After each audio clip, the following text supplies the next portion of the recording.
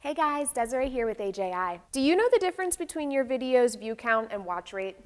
Are you sure? They are two of the key methods to measure your video's performance, but they are also two of the most commonly confused methods.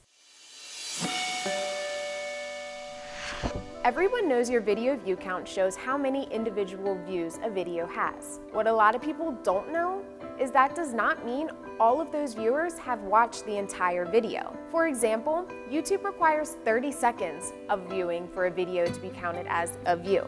And on Facebook, a video only needs a minimal 3 seconds of viewing to be counted. So, while it's great to know the overall popularity of your video, your views don't necessarily mean that your audience is getting all of the information that you want them to. This is where your video's watch rate comes into play. The watch rate measures how much of your video people are actually watching.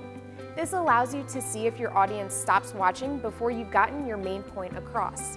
It also allows you to see if there's a trend where people stop watching your video at a particular part. This might mean you need a better attention grabber, or you may have a boring lull in your video that you want to try to avoid in the future. This also allows you to see what length of videos your audience responds to best. Typically, shorter videos are more likely to be watched until the end, but you may find a different sweet spot with your particular audience. These two factors can show you a drastic difference in your video's reach versus your video's effectiveness.